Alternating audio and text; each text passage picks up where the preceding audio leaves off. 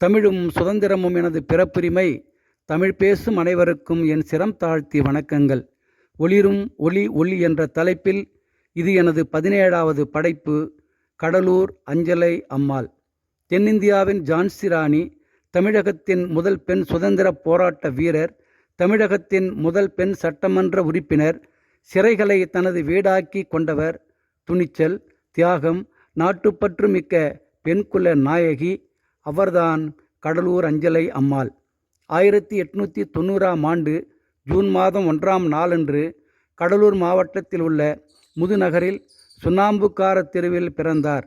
இவரது பெற்றோர்கள் அம்மாக்கண்ணு, முத்துமணி ஆகியோர் ஆவர். திண்ணைப்பள்ளியில் 5ஆம் வகுப்பு வரை மட்டுமே படித்தவர். விவசாயமும் நெசவும் இவரின் குடும்பத்தாரின் பிரதான தொழில்களாக இருந்தன.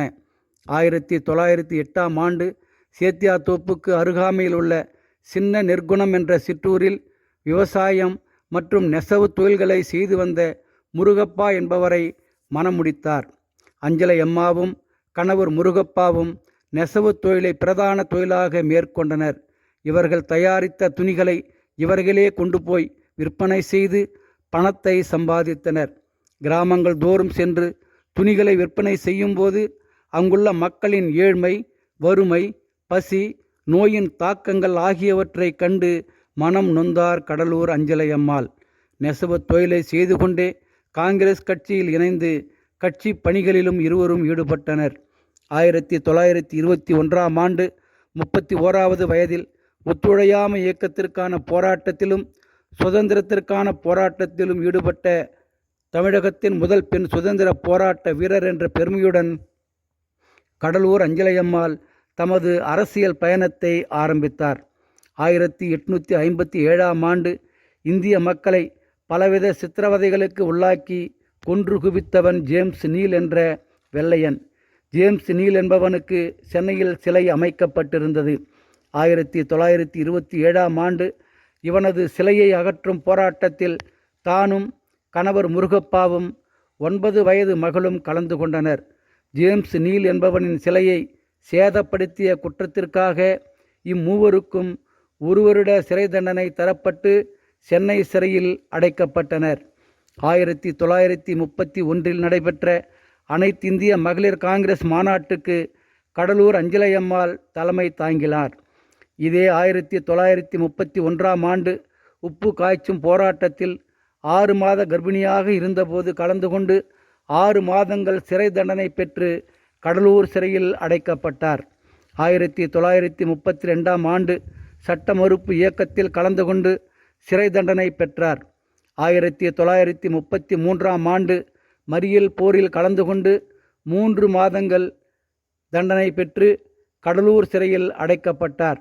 1940இல் தனிநபர் சத்தியாகிரக போராட்டத்தில் கலந்து கொண்டு முதலில் 6 மாத காலமும் பின்பு 18 மாதங்களும் சிறை தண்டனை பெற்று வேலூர் சிறையில் அடைக்கப்பட்டார்.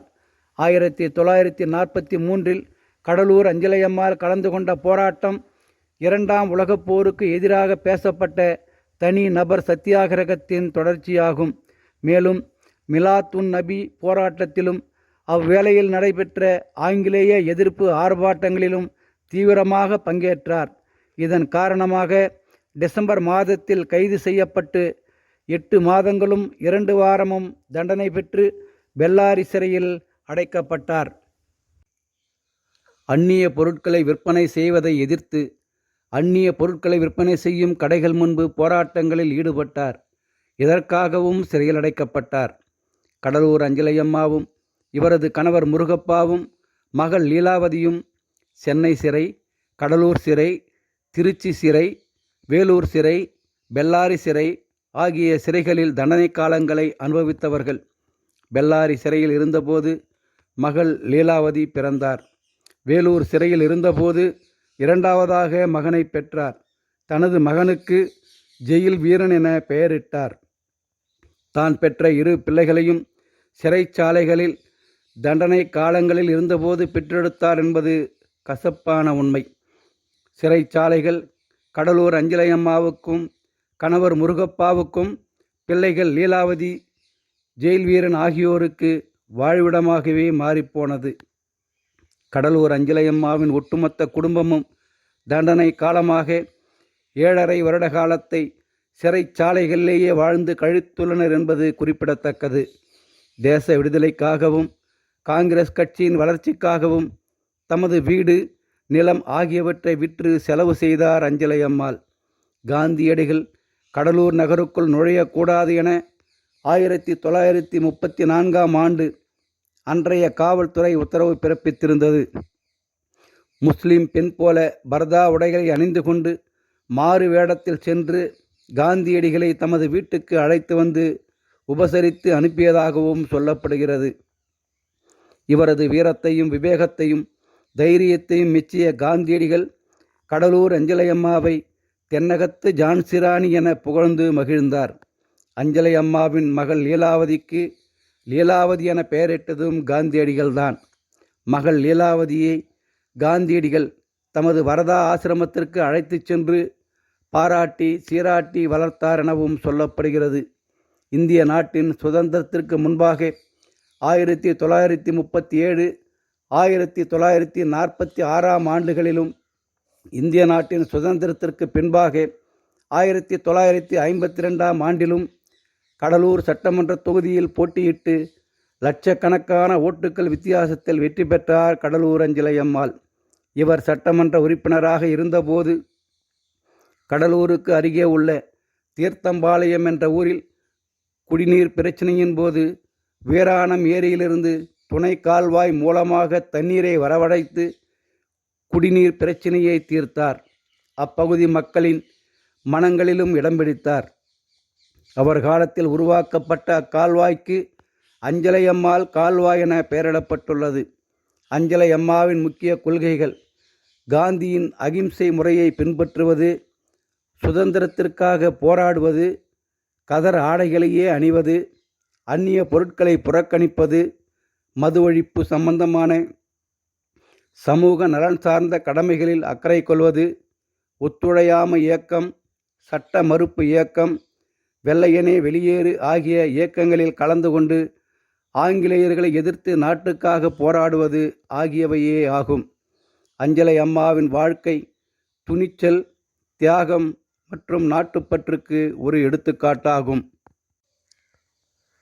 சமூக சேவகராகவும் திகழ்ந்தார் அஞ்சலையம்மாள். ஏழைகளுக்கு உதவும் வகையில் ஸ்ரீனிவாசா என்ற நிலையத்தினை அமைத்து இலவச பால், மருந்து, கஞ்சி ஆகியவைகளை வழங்கினார். விடுதலை போராட்ட வீரர்களுக்கு வழங்கப்பட்ட ஓய்வூதியத்தை வாங்க மறுத்தார். தமது வாழ்வின் கடைசி காலத்தில் சிதம்பரத்தை அடுத்த முட்லூரில் வேளாண்மை பணிகளை மேற்கொண்டு கழித்தார். எளிமையான தியாக வாழ்க்கையை வாழ்ந்தவர் கடலூர் அஞ்சலையம்மாள். கடலூரில் முழு உருவ சிலை அமைக்கப்பட்டுள்ளது. தமிழ்நாடு அரசின் பாட புத்தகங்களில் கடலூர் அஞ்சலையம்மாள் இடம் பிடித்துள்ளார். பெண்களின் படிப்புரிமை, பேச்சுரிமை மறுக்கப்பட்ட அந்த காலம், பெண்களின் சுதந்திரம் பறிக்கப்பட்ட அந்த காலகட்டத்தில் நாட்டுக்காக பெரும் பங்காற்றிய வீரமங்கை கடலூர் அஞ்சலையம்மாவின் வீர வரலாறு மறைக்கப்பட்ட, மறுக்கப்பட்ட பெண் போராளிகள் பலரைப் போல இந்த உலகம் அறியாத பெண்ணின முன்னோடி இவர் என்றால் மறுப்பதற்கில்லை. போராட்டங்கள் பல கண்டு வெற்றி பாதையை நோக்கி பயணித்து மெய் சிலிர்க்க வைக்கும் வாழ்க்கையை வாழ்ந்து வந்த கடலூர் அஞ்சலையம்மாள் தென்னகத்தின் ஜான்சிராணி என போற்றப்பட்டவர். 1961ஆம் ஆண்டு ஜனவரி மாதம் 20ஆம் நாளன்று 71வது வயதில் இயற்கை எய்தினார். நன்றி நண்பர்களே. மற்றுமொரு காணொளியோடு மறுபடியும் உங்களை சந்திக்கிறேன். வாழ்க வளமுடன். வணக்கம்.